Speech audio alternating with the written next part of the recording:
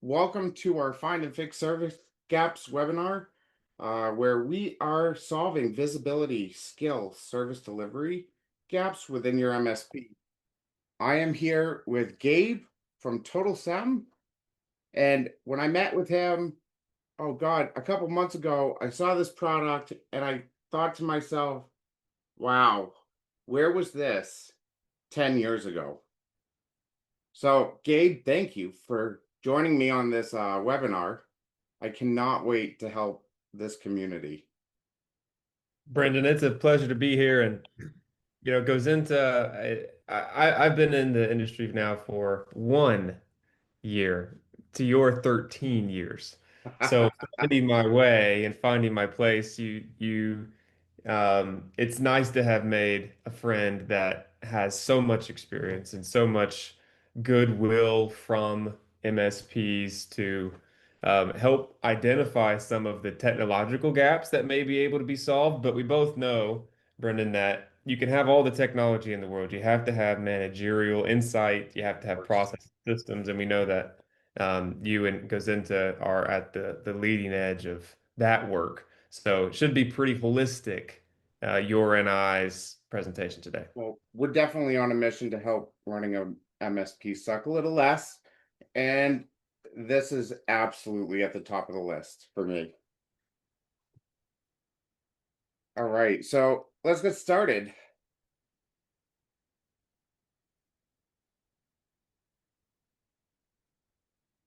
All right, so we're going to talk about finding and fixing your service gaps today.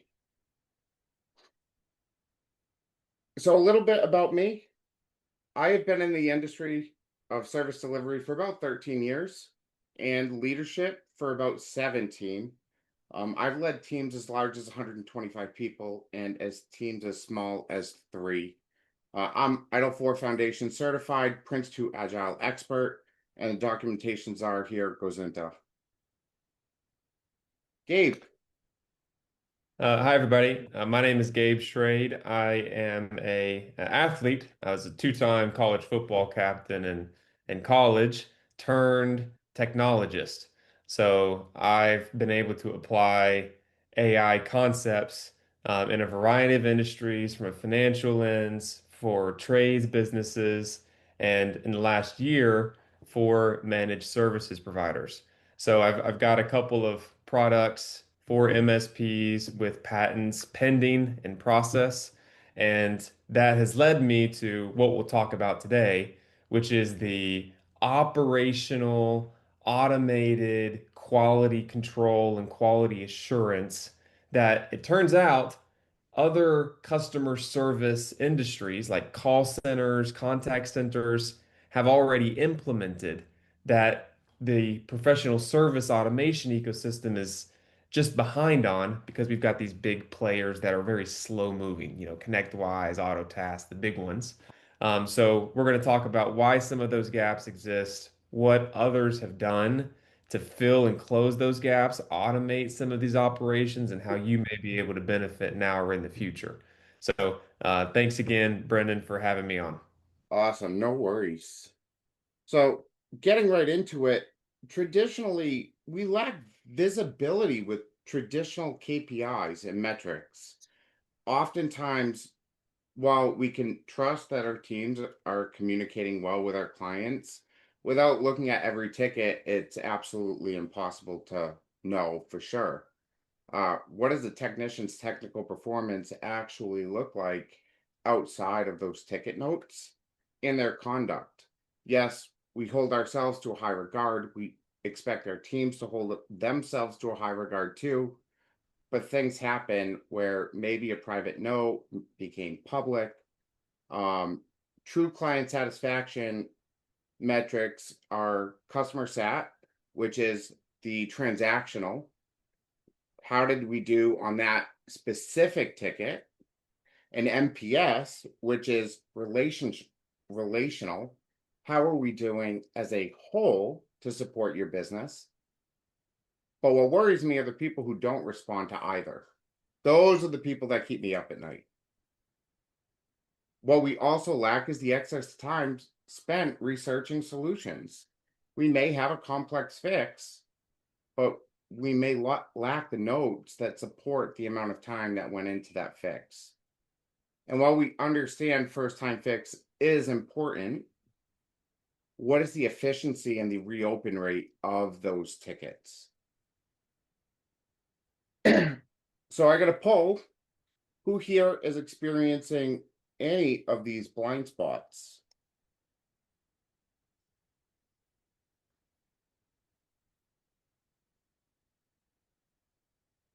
So normal blind spots are visibility into a technician's communication and skills.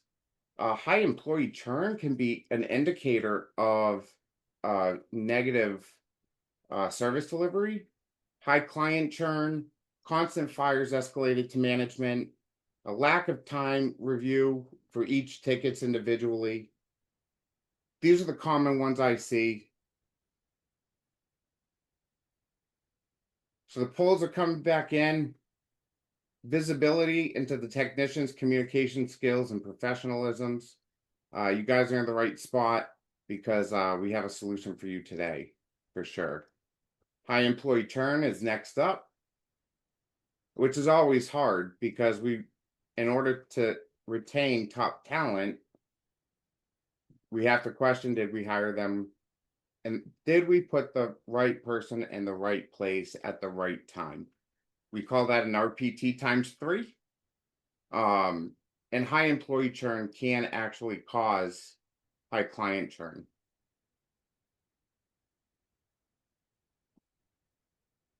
Excellent. So it looks like 33% of you are really struggling with the visibility into the technician's communications skills and professionalism every day. So we are absolutely going to help you with that.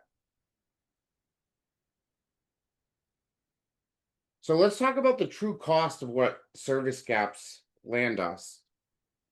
Lost revenue and margin erosion. We may be and see that something went sideways, and instead of billing the client, we're just going to what I like to refer to as eat the labor to make sure that they're only billed for the solution that was provided. An inconsistent client experience may or may not show up in your MPS or your CSAT. And when I talk about inconsistent, are we adhering to our SLA response times, our SLA resolution times? But what about the times in between that? Did we schedule a meeting and then miss it? Did we schedule a time to work on the ticket and fail to show up? All of this is an inconsistent client experience, which leads into a loss of trust, operational bottlenecks, team burnout, and turnover.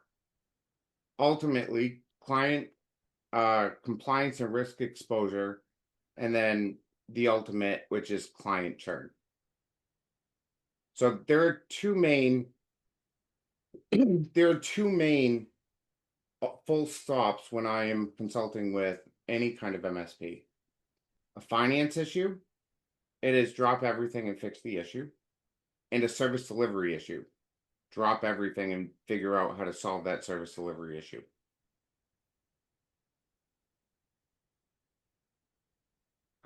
So poll number 2, are you interested in having a conversation with me to see what we can do about your service gaps?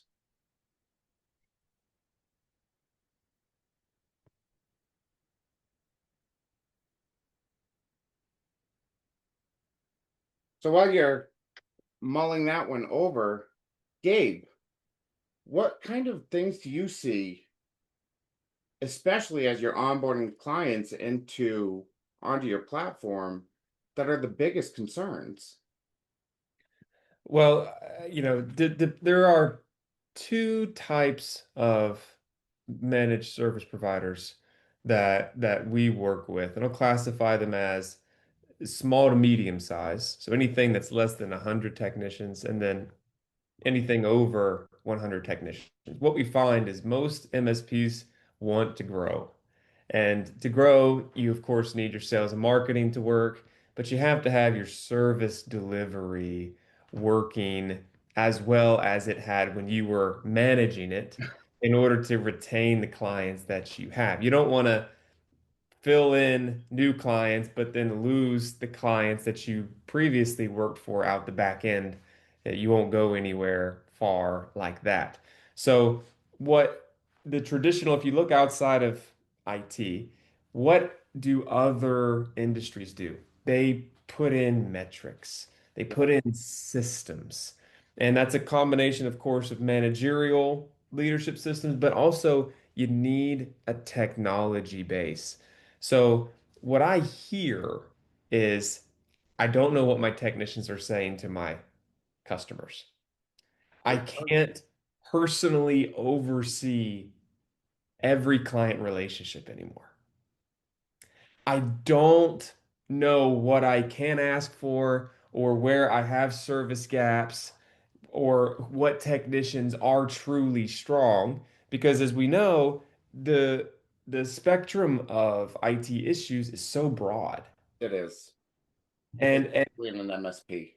that's right. And I think of course some of that is the nature of the business, but some of that is a lack of tooling Yeah. that I think taking from things that other industries have done, we can begin to see the close to these service gaps.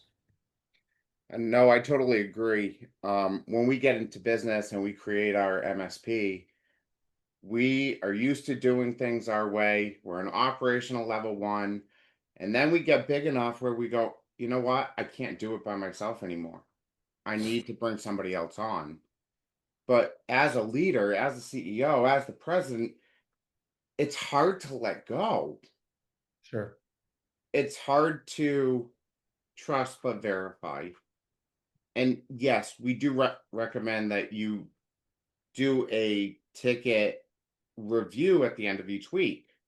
But I have companies that are 45, 50, 75 technicians wide. Now, trying to look through that many tickets at the end of the week, It's it not becomes an impossible task. So when we put this in place, we manage by the exception, not the rule. And I really want to just have you hear me say that again. We're managing by the exception. The tolerances that we set are okay. I don't need to look at those tickets. They're under an hour. They were escalated properly. But what about the tickets on a level one desk with more than 2 hours of labor on it? That's screaming at me that there's a problem. When we begin to manage by the exception, it restricts the number of time entries that we have to review on a day to day.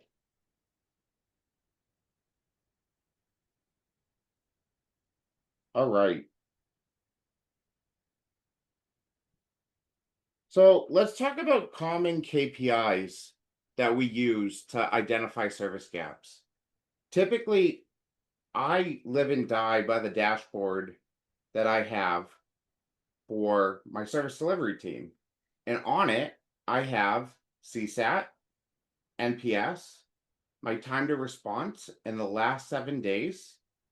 There's a better correlation with a response time and a positive NPS or CSAT than there is surrounding a resolution time under SLA and positive NPS. Sure, if you make a client wait 2 weeks for a password reset, they're going to be upset. But when we communicate early and often with our clients, we often see a much better result. Utilization has been the industry standard for a long time of how much time are we actually putting on to client agreements. Um, a low utilization may mean that we're underutilized, meaning that we don't have enough work. But we start to see burnout when utilization numbers become 80, 85%. And then the gaps that we're missing of efficiency, first time close, ticket touches, reopen rate start to get higher and higher because we're rushing through to hit a resolution goal or a ticket touch metric. And we have to ask ourselves, do we value quantity, or do you value the quality of the solutions that we provide to our clients? So typically I recommend going after the low-hanging fruit. Remove your filters. I know we can't live without our filters, but there are things hiding that your filters are preventing you from seeing. At least once a day, you should be looking at your ticket queue as a whole. Sure, I understand getting your alert tickets out of that list, totally agree with. But anything in level 1, 2, 3 that requires attention should absolutely be looked at as a whole. On your boards, ConnectWise, Halo, Autotask, make sure that your boards are set up in a way that you can see the age of the ticket, your last response state. Halo has the ability to show you the last incoming email from the client. How many hours have been entered on the ticket? And is there an agreement attached to the ticket? Now, the ticket age, typically if we're doing our job and we have the right automations in place, a ticket should never exceed 7 to 14 days. We should have automation in place that pings the client every 2 days asking if we can, if for the information that we need to move forward on the ticket. And after 5 non-responses, we close the ticket automatically in an upbeat way that says, hey, it looks like you're busy. We totally get it. Respond back to this email and we will pick up where we left off. Not a problem. Right? It's a soft close. But it's become stale. When those aren't in place, we see tickets that are 14, 21, 28, 30, 60 days past due. And the next bullet here is one of the reasons why we get that far. And my team knows my feelings on hold status, and I guess the entire world is about to know what my feelings on hold status are. On hold status is likely hiding service issues in plain sight. The only thing we lose in time is detail. So I put it on hold today. Tomorrow I remember what that hold is for. Next week, I just know that it's on hold. I should follow up in the following week. Well, the next week comes up and I just see that it's on hold. On hold becomes completely blind. It's invisible to me until a service desk manager or CEO comes in and goes, why are there 16 tickets on hold? Oh, we should have gotten that 3 weeks ago. Yeah, well, they were invisible. So how do we prevent that? There's always a reason behind the hold. Always. We need to schedule it for follow-up in 2 weeks. That should be placed in a scheduled follow-up status or scheduled fixed, scheduled tentative. Fixed is if we have an appointment with the client. Tentative is I am going to follow up on this day. And then we update the notes and reschedule it for a follow-up the next week or a time that makes sense. So is the ticket on hold, and what is the ticket on hold for? There's no sense in keeping it open if we can't work the ticket. And yes, we don't want to lose sight of some things, but there should always be a scheduled follow-up there so that we don't lose sight of those. Stick to traditional statuses. Avoid anything that may be ambiguous. I've seen some pretty crazy statuses out there that unless they're properly defined and everybody is on the same page, it can make us wonder, is this active? Is it not? And the last tip is to show your SLA timers and your time remaining.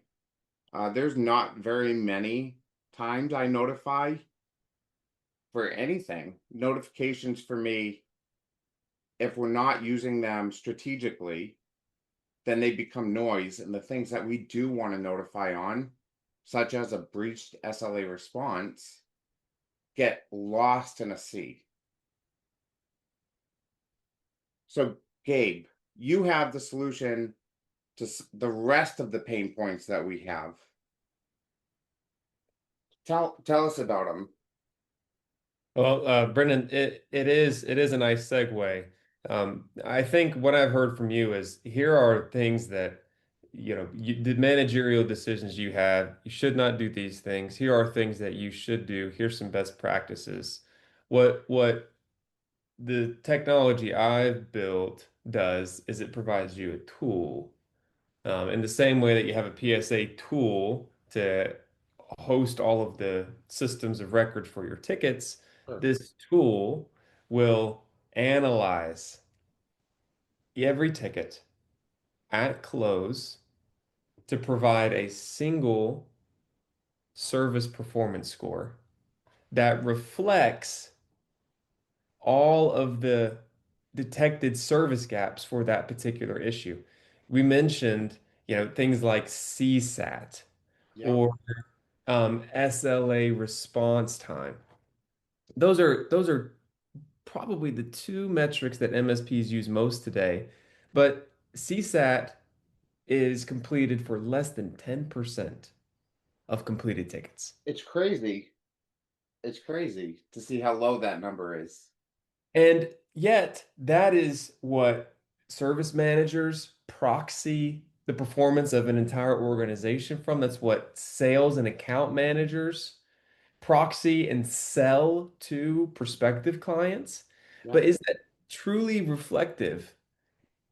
Many would say that that single CSAT response is not only because less than 10% of people reply, but because the reply doesn't always, people who don't have great service experiences don't always reply on that CSAT score. So we can all appreciate this concept of silent churn. Oh, there's no negative CSAT response for these clients, but yet they canceled on us out of the blue. They won't return our phone calls.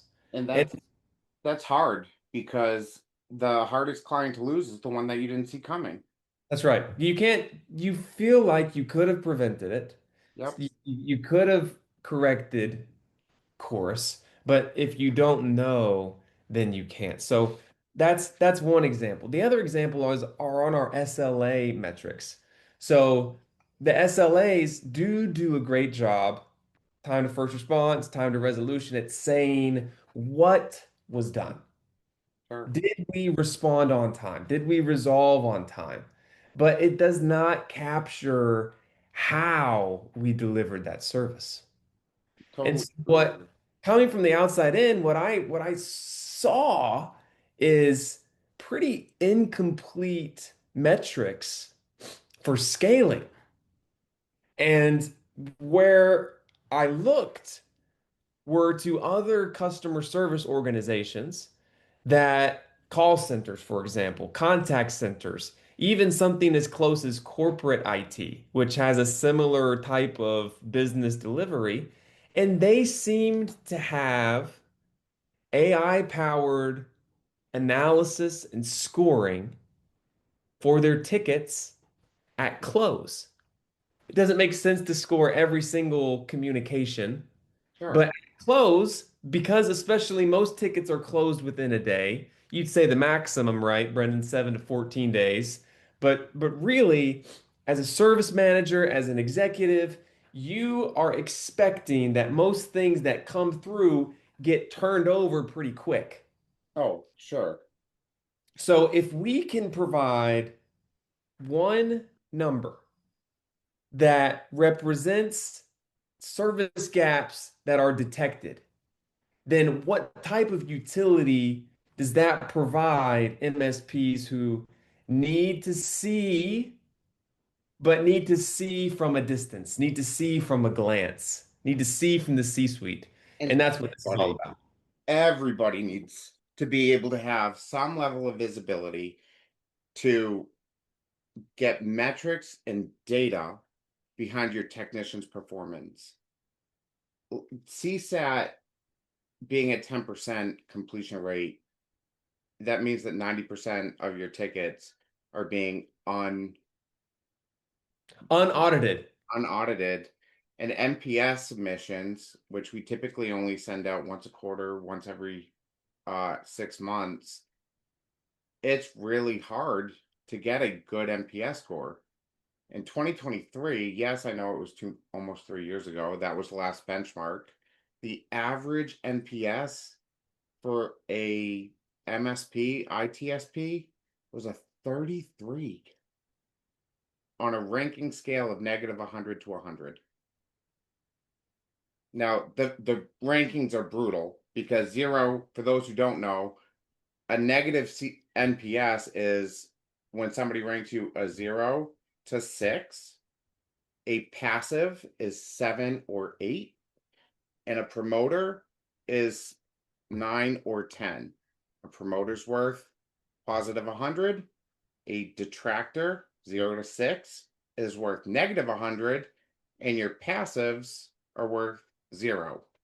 And the measurement here is percentage of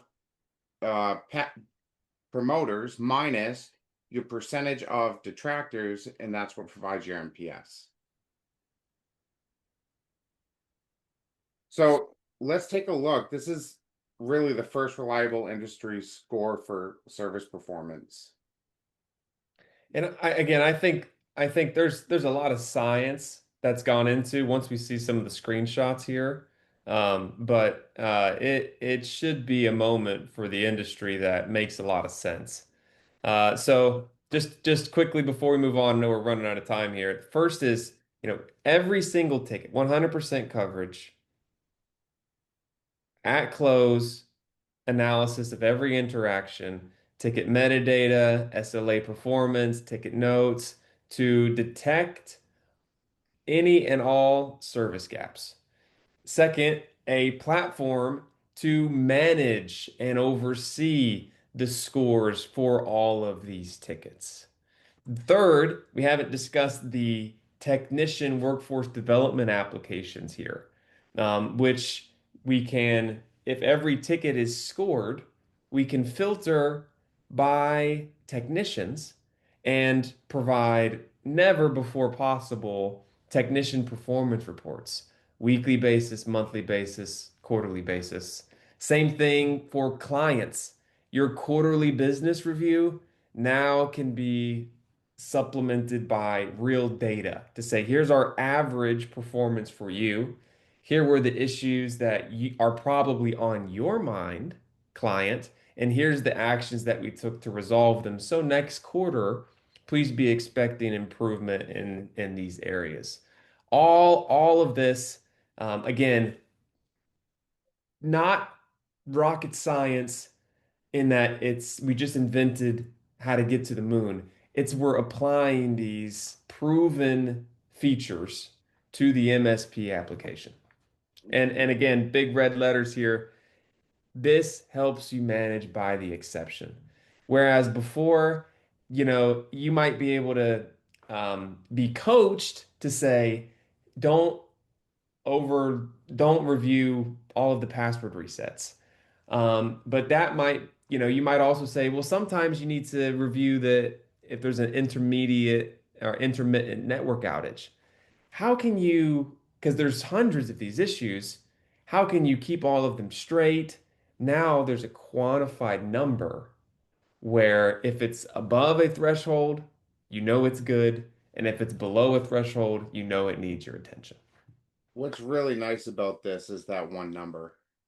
Um, and managing it will enable us, whether we're one technician or 75 technicians, to get a true up score for our people's performance. I love the fact that there are custom ticket types, date ranges. We can filter on agent. We're going to take a look at that in a second. And the ability to export the results, which is even better. We're excited for it. Maybe let's get into some of the yeah, and here's the you know positive externalities here is that to the extent you were doing manual ticket reviews, those can be a thing of the past. You can no longer, you can eliminate silent churn altogether because you'll have feedback for every single ticket you've delivered, which you can aggregate by period, technician, client, type, subtype, etc. The third is instead of subjective performance coaching, which of course it's hard to give feedback to technicians, especially engineers, now you've got something that's objective that you can show as a facilitation for coaching improvements. Brennan, you're laughing. You must I have stories. I do because I we here at Gozynta Consulting believe in fair evaluations. And going back to my comment of the only thing that gets lost with time is detail, the same thing holds true when we're conducting these evals for our team. We don't know what happened in January, or it's lost on our mind. And yes, I have solutions for that in our community so that you can grade your team at any given point on each month, and that concats on each other to give you their year-end result. Now it's fair. The ability to throw in this to that, like, no, this is the hard data. It's It's it's it's beautiful. it's like accounting. Maybe 300 years ago, you'd ask a merchant if they made money last year, and they'd say, "Yeah, we made some good money." But the year after, if you're a, or can you go back and ask that same merchant how much money they made or how much their expenses were without this documented system that we call accounting, which Yep, obviously is so valuable? How can you really drive performance? And that's what this does. you can't. All right. So before we get into what we're looking at, throwing up another poll. Uh, are you interested in getting a demo from Gabe, who's throws a pretty solid demo? Thanks. Now, this does actually integrate with the PSAs, their source of truth for ticketing, yes? Yep. And PSAs that you integrate with currently? Right now is ConnectWise and Halo, which is the main challenger. We all love Halo. Autotask, Ninja One, those are all in our pipeline. Excellent. Excellent. So you're hitting the majors there. ConnectWise, Autotask, Halo, Ninja One. and Ninja One. So we're going to be able to really show actual data from their actual systems. It's not going to just be demo data that you have, which is fantastic. Yeah, man, it's the real thing. So we'll give a couple more minutes for the polls. Now, tell me about the scoring performance. Sure. So Um, we thought about how you could have 20 different numbers. And we worked a lot with what's the most important number for an MSP? What does that number need to represent? And it comes back to the managing by exception principle. Yep. I care when things go wrong. So we're every service opportunity begins as a perfect score. Okay. Someone brings you an issue and you have not done anything wrong in that service performance yet. So naturally, the best scoring methodology is to subtract to the extent that there are service gaps. From 54 to 70, we would say is average, and then beneath 70 is that's the red colored, managerial attention required representation. And we're definitely going to get into what this looks like. But what would go into a poor time to take action? This is what is partially exciting for me because there are different severities for issues. So if you were to have a terse or short response for a routine ticket, like a password reset, you should not be docked, deducted, the same way that a terse or short response in a critical outage situation would be. So there's a concept of ticket severity. There's also a concept of service gap severity. I would call it technologist rudeness, shortness, curtness is Okay. an example of generally a low to moderate service gap. But if you have a bad fix, or if you were unprofessional in your behavior, or if you have a security failure, those have different service gap severity. And then, just as a example of another dimension, within a company, for a routine issue, you might be serving a very important client. Sure. And so, as we know, mistakes are magnified when they are committed against the decision maker for the account. Of course.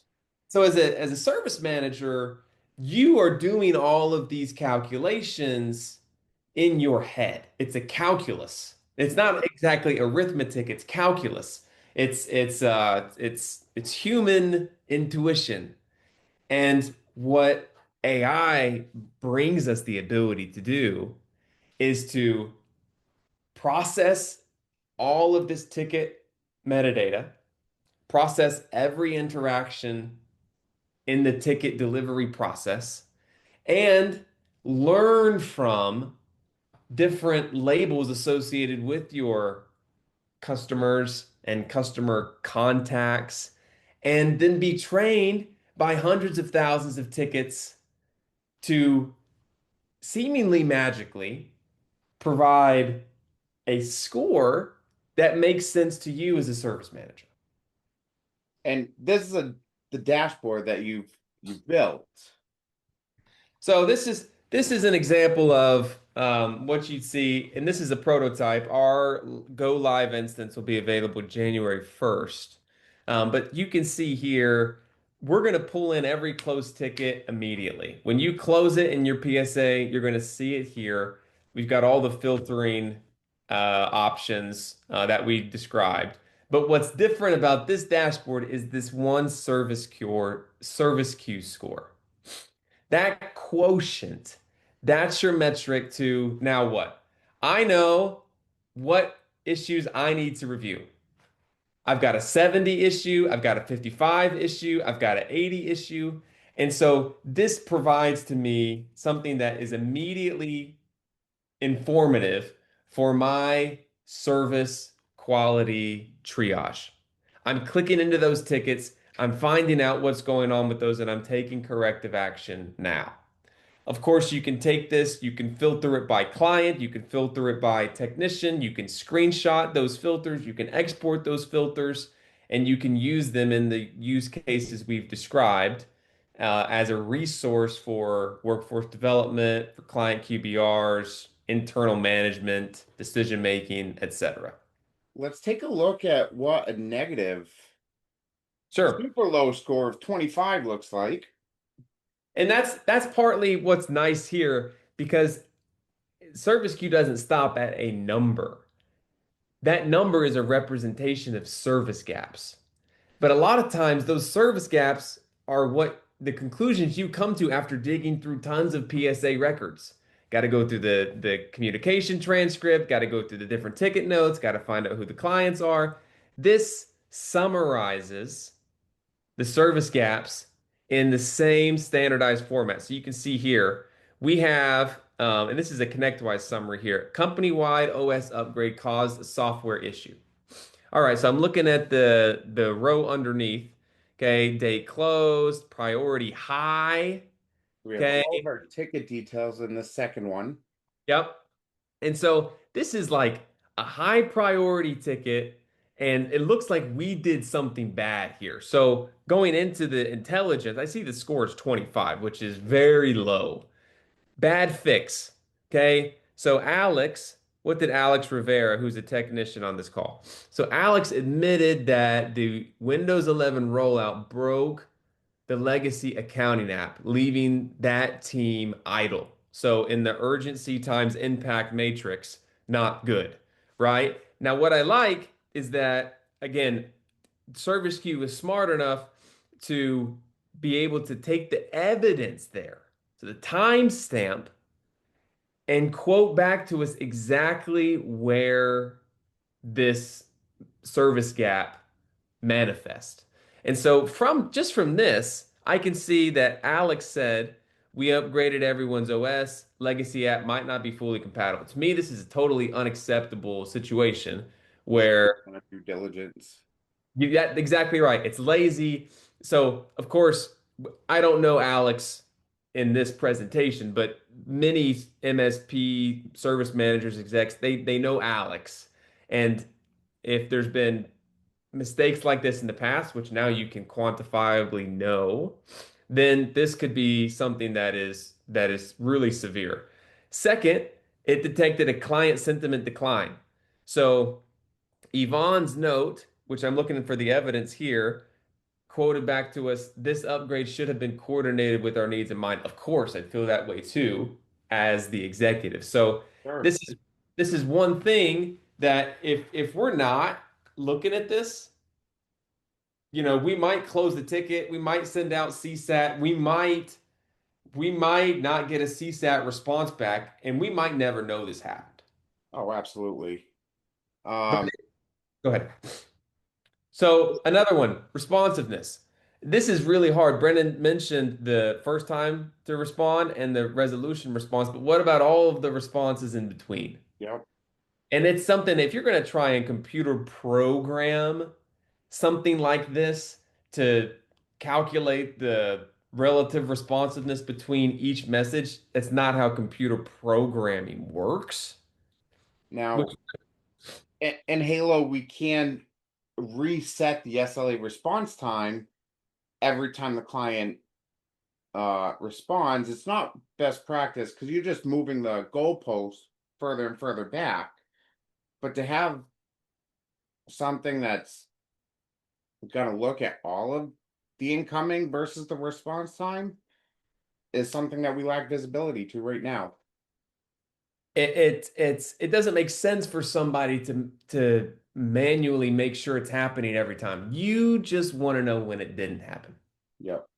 And if it's for a high priority issue like this, like if their main website was slow to load and there was no communication for 2.5 days, that's not acceptable.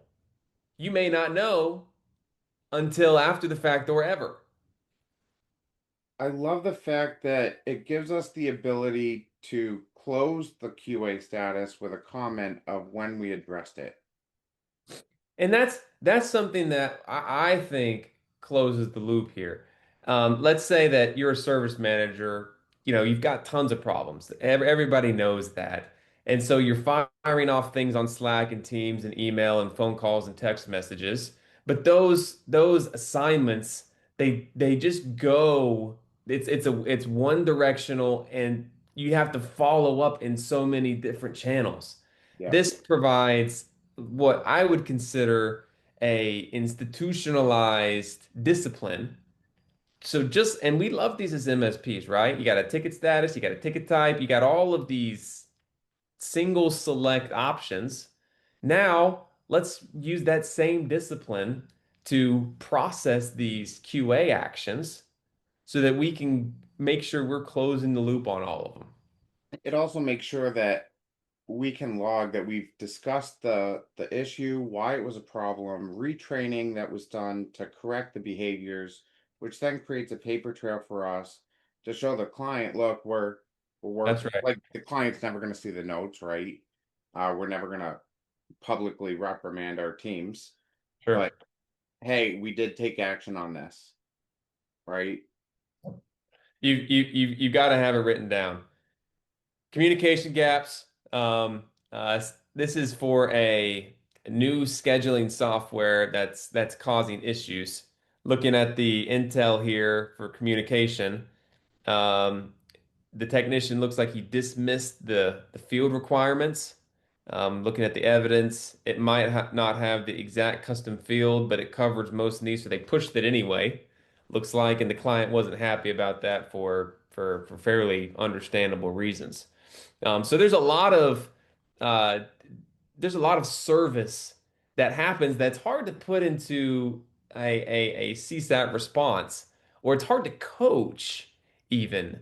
But this provides a tool to really show and coach actions to get what are we trying to get? We're trying to get high satisfaction. We're Yeah. trying to get renewals. We're trying to get retention. And this is getting a layer deeper into the science of how all those things come about. Now, this just brings up, I had recently written a blog post. It's up on our Gozynta blog on the art of going and curious. So when we're addressing these, yes, we've got AI. Yes, we've got the service queue score. Yes, we have an understanding of what happened. We can go back and look at the ticket. But when we're addressing this with our team, it is really important that we go in with curiosity.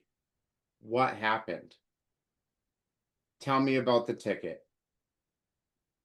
Because if we go in hard, because when we see something that makes us upset, we turn 16 shades of red.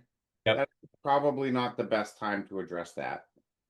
Um, Understanding what may have caused these issues will get you further and better acceptance to correct whatever this is finding.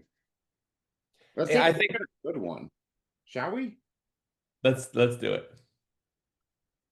So we've got the unprofessional conduct here. Um, Okay, this isn't a good one. It's got a good score, but we've got some unprofessional conduct, especially with a public note, uh, using the words pain in the ass. Probably not the best customer service there. Yeah, I'd say a far shot. Yeah, Um, and looking into this, we've got a negative 20 here. Okay, why is it just 20? This is an area that as I'm looking at the priority, it's medium.